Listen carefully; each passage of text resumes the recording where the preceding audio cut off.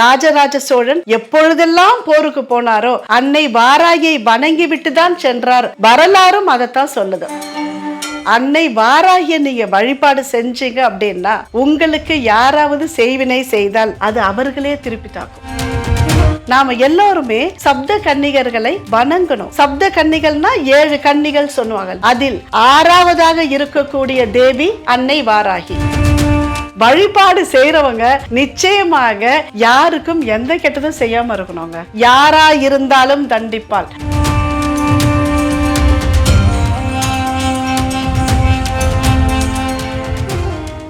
நான் யாரு கூடவாவது சண்டைக்கு போறேன்னு வச்சுக்கோங்களேன், அது பக்கத்து வீட்டில் இருக்கிறவங்க கூட ஒரு சின்ன சண்டையாகவும் இருக்கலாம், ஒரு நாட்டை பிடிக்கிறதுக்காக மிகப்பெரிய சண்டையாகவும் இருக்கலாம்.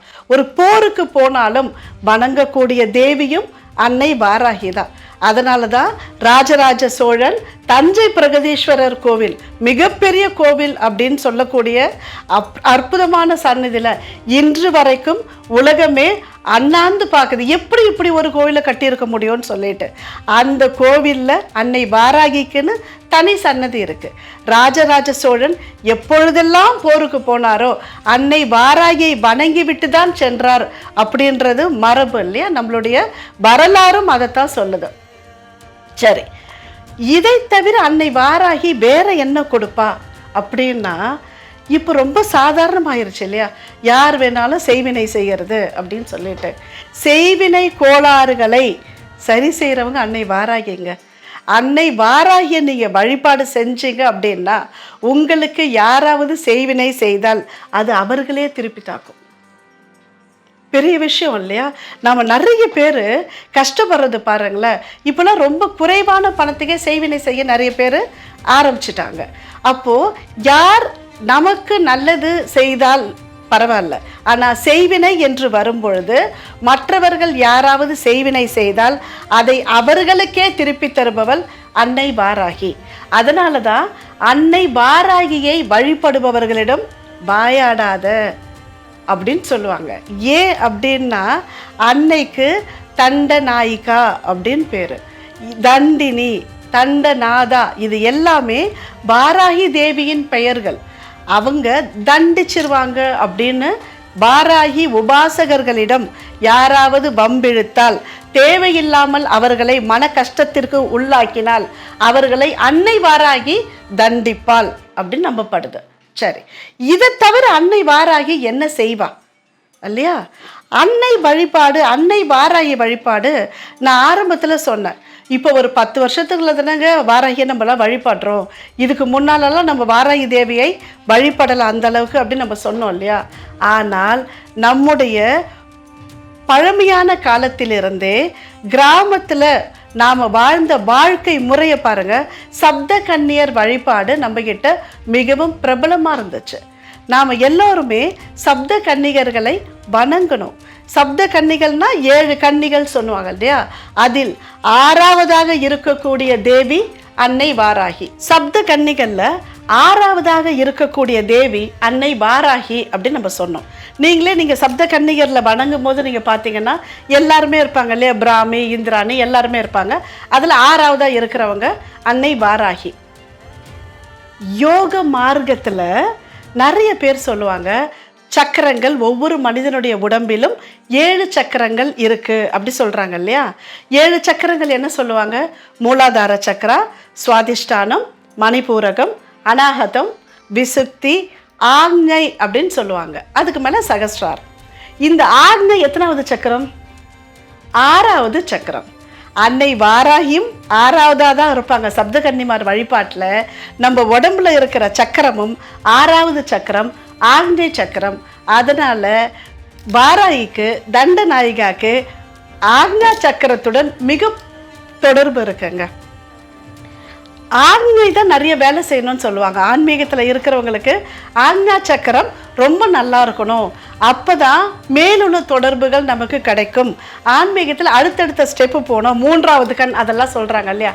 அதற்கெல்லாம் நமக்கு உதவுபவள் அன்னை வாராகி. அதனால் அன்னை வாராகிக்குன்னு ஒரு 12 பெயர்கள் சொல்லுவாங்க. அந்த 12 பெயர்களை சொல்கிறதே மிகவும் விசேஷம் அப்படின்னு சொல்லுவாங்க. அந்த 12 பேர்களை நான் வந்து டிஸ்கிரிப்ஷன் பாக்ஸில் அந்த 12 பேரை சொல்கிறேன். நீங்கள் அந்த 12 பேரை மட்டுமே சொன்னால் போதுங்க.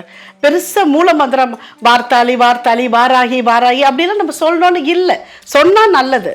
இருந்தாலும் அவளுக்கு பிடித்த ஒரு 12 நாமாக்களை நம்மளை பற்றி நம்ம சொல்கிறோன்னு வச்சுக்கோங்களேன். அவள் மிகவும் மனம் குளிர்வாள். ஏன் அப்படின்னா அவளுக்கு இன்னொரு பேர் சமயத்தில் வந்து அவள் உதவுவாள் ஒன்று. இன்னொன்று சங்கேதமாக என்ன சொன்னாலும் அவளுக்கு புரிஞ்சிடும். நாம் என்ன பேசணும் என்ன பேசக்கூடாதுன்னு பல நேரங்களில் நம்ம மாட்டிக்கிட்டு முழிப்போம். நாம் படக்கூடிய நிறைய பிரச்சனைகளுக்கு காரணம் பாருங்களேன், தேவையில்லாத இடத்துல தேவையில்லாதது பேசி மாட்டிட்டு முழிப்போம் இல்லையா? அன்னை வாராகியினுடைய அனுகிரகம் நமக்கு இருந்தால் எந்த நேரத்தில் என்ன பேசணும், யார்கிட்ட பேசணும், எவ்வளவு பேசணும் அப்படின்றத நமக்கு சங்கேத குறியீடுகள் மூலமாக அன்னை வாராகி உணர்த்துவாள் அப்படின்னு நம்பப்படுது. அவளுக்கு சங்கேதாயை நமக அப்படின்னு சொல்லுவாங்க. சங்கேதாயைன்னு சொன்னாலும் அன்னை வாராகியை தான் குறிக்கும். சமய சங்கேதாயை அப்படின்னு சொன்னாலும் அன்னை வாராகியை தான் குறிக்கும். அப்போ எந்த சமயங்களில் நான் எவ்வாறு நடந்து கொள்ள வேண்டும் அப்படின்னு எனக்கு தெரியணும்னாலும் அன்னை வாராகியை தான் வணங்கணும். இப்போ உடனே நம்மளுக்கு என்ன தோணும், எந்த கோவிலுக்கு போகலாம், அன்னை வாராகியை நம்ம எங்கே வழிபடலாம் அப்படின்னு தோணும் இல்லையா? வீட்டிலேயே நம்ம வழிபாடு செய்யலாங்க. கோவிலுக்கு போகிறது தான் ரொம்பவும் உசிதம். சென்னை அம்பத்தூரில் பரத்வாஜ் சுவாமிகளினுடைய யோகமாயா புவனேஸ்வரி பீடம் உங்களை நிறைய பேருக்கு தெரிஞ்சிருக்கும் இல்லையா? புவனேஸ்வரிக்கான பீடம் அது. அங்கே அன்னை வாராகிக்கு மிக அற்புதமான பூஜைகள்லாம் நடக்கும். அதுவும் இந்த ஆஷாட நவராத்திரிக்கு பரத்வாஜ் சுவாமிகள் பவழத்தாலே அர்ச்சனைலாம் பண்ணுறாங்க.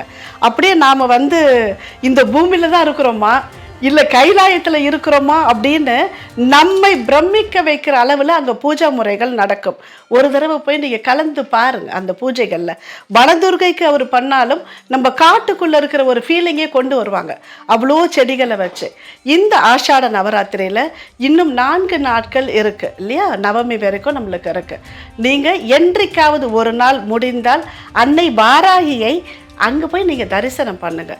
இல்லை அப்படின்னு சொன்னாலும் உங்கள் வீட்டுக்கு பக்கத்தில் இருக்கிற ஒரு சப்த கன்னியரில் அன்னை வாராகிக்கு மிகவும் பிடித்தமான ஏதாவது ஒரு கிழங்கு வகையோ அல்லது உங்களுக்கு தேன் போல வாழ்க்கை அமையணும் அப்படின்னு நீங்கள் நினச்சிங்கன்னா தேனை வழிபாடு கொடுங்க. அதுவும் நீங்கள் தேன் அப்படின்னா அந்த சக்கரை பாகுவெல்லாம் எடுத்துகிட்டு போய் கொடுக்காதீங்க. ஒரிஜினலான சுத்தமான தேன் அன்னை வாராகிக்கு கொடுத்தால் நமக்கும் நல்ல அமைதியான நிம்மதியான செல்வ வளத்துடன் கூடிய வாழ்வு அமையும். அன்னை வாராகியை பெரியவங்க தான் வழிபாடு செய்யணுமா, மாணவ மாணவிகள் வழிபாடு செய்தால் என்ன அப்படின்னா அவர்கள் கற்கும் கலைகளில் தேர்ச்சி பெறுவாங்க, ஞானம் கிடைக்கும். மாணவ மாணவிகள் அன்னை வாராகியை வணங்கினால் அவங்க என்ன படிக்கிறாங்களோ அதில் நல்ல மார்க் எடுத்து வெற்றி பெற முடியும். பூமி சம்பந்தமான ஏதாவது ஒரு பிரச்சனை இருக்குது, நிலத்தில் தகராறு இருக்குது, என்னுடைய இனத்தை இன்னொருத்தர் ஆக்கிரமிப்பு பண்ணியிருக்கிறாங்க, என்க்ரோச்மெண்ட் இருக்குது அப்படின்னு சொன்னாலும் எனக்கு வீடே அமையலை, எதுவாக இருந்தாலும் பூமி சம்பந்தப்பட்ட எல்லா பிரச்சனைகளையும் சரி செய்கிறவள் அன்னை வாராகி அப்படின்னு சொல்லுவாங்க. அன்னை வாராகியை வந்து நம்ம சிலையில் வழிபட்டாதான் நிறைய நம்மளுக்கு வந்து பாக்கியம் வரும், ஃபோட்டோவில் வச்சா கம்மியாக வரும், பெரிய சிலை வைக்கணும் அப்படிலாம் எதுவுமே இல்லைங்க. உங்களுடைய மனதிற்குள் வைத்து பூஜை பண்ணாலே அன்னை வாராகி வந்துடுவாங்க. ஏன்னா அவங்களுக்கு லகு வாராகி அப்படின்னு ஒரு பேரும் இருக்குது. இப்போது நைட்டில் பண்ணுவாங்க இல்லையா? ஒவ்வொரு வாராகி அப்படின்னு நம்ம மொத்தமாக சொன்னாலும் வாராகியில் நிறைய வாராகி இருக்காங்கங்க. அதில் நம்ம கூப்பிட்டோன்னே வரவெல்லாம் லகு வாராகி இருக்காங்க, ராத்திரி கால பூஜைக்குன்னு வர வாராகி எல்லாம் இருக்காங்க. எதுவாக இருந்தாலும் நமக்கு ஒரு சின்ன சிலை கிடைக்குது வாராகிக்கு அப்படின்னு சொன்னாலும் அதையே நீங்கள் வச்சு பூஜை பண்ணலாம். இல்லை வாராகி சிலை இல்லை, சிலை வழிபாடு எனக்கு பயமாக இருக்குது அப்படின்னா ஒரு ஃபோட்டோ வாங்கி வச்சு பண்ணுங்கள். இல்லை எனக்கு எதுவுமே இல்லைம்மான்னா உங்கள் மனசில் நீங்கள் வாராகியை கூப்பிட்டாலே சட்டுன்னு வருவாங்கங்க. அதனால தான் அவளுக்கு சமய சங்கேதானே பேர். அன்னை வாராகியை வழிபாடு செய்பவர்களுக்கு யாராவது உபத்திரம் செய்தால் அன்னை வாராகி தண்டிப்பாங்க அப்படின்னு நம்ம சொன்னோம் இல்லையா? அப்போ அன்னை வாராகியை வழிபடுறவங்க எப்படி இருக்கணும்? அன்னை வாராகிய வழிபாடு செய்கிறவங்களுக்கு ஒரு பிரச்சனைனாலே அம்மா வந்து தண்டிச்சிருவா அப்படின்னா, வழிபாடு செய்கிறவங்க நிச்சயமாக யாருக்கும் எந்த கெட்டதும் செய்யாமல் இருக்கணுங்க. நான் சொல்லுவாங்க இல்லையா, படிக்கிறதெல்லாம் ராமாயணம், இடிக்கிறதெல்லாம் பெருமாள் கோயில் அப்படின்னு சொல்லுவாங்க இல்லையா. அந்த மாதிரி அன்னை வாராகிக்கு நம்ம விழுந்து விழுந்து பூஜை பண்ணிட்டு நாம் கெட்ட எண்ணத்துடன் மற்றவர்கள் அழியணும், நான் மட்டும்தான் நல்லா இருக்கணும், என் பிள்ளைங்க தான் நல்லா படிக்கணும், எனக்கு மட்டும் சொத்து சேரணும், இந்த எண்ணம் இருந்தால் அன்னை வாராகி யாரா இருந்தாலும் தண்டிப்பாள்.